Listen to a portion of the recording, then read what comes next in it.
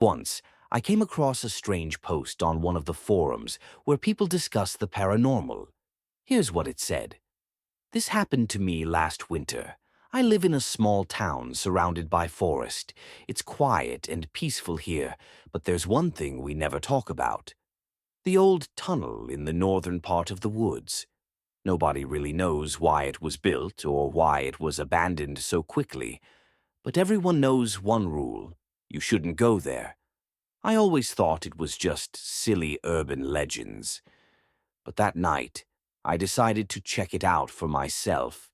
You see, my neighbor, a guy in his 20s, disappeared. The last time anyone saw him was near the tunnel. The police said there was no point in looking for him, no traces, and they believed he just left town. But I knew that wasn't true. His car was still at home, and he never went anywhere without his phone.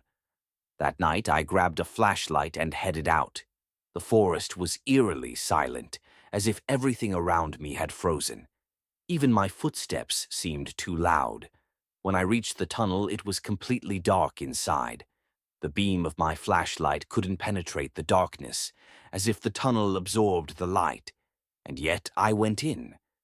The first thing I noticed was the strange sounds, a whisper coming from all directions. At first, I thought it was just the echo of my steps, but then I heard my name. Dima. The voice was quiet but very clear. I froze. It couldn't have been my imagination. I took a few more steps, and the flashlight illuminated the tunnel walls.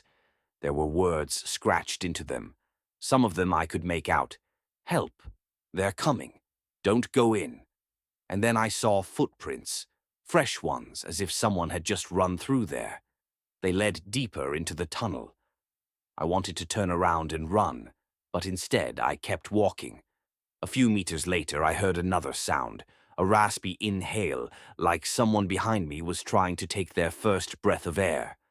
I turned around, but there was no one there. When I turned back, the tunnel had changed. It seemed longer, and up ahead I saw a faint light. I ran toward it, thinking it was the exit, but when I got closer I realized it wasn't freedom. It was a figure, black, blurry, with glowing eyes. It stood still, but its eyes followed me. After that, I don't remember anything. I woke up on my doorstep, covered in dirt. No one believed me, but ever since that night, I haven't been able to sleep.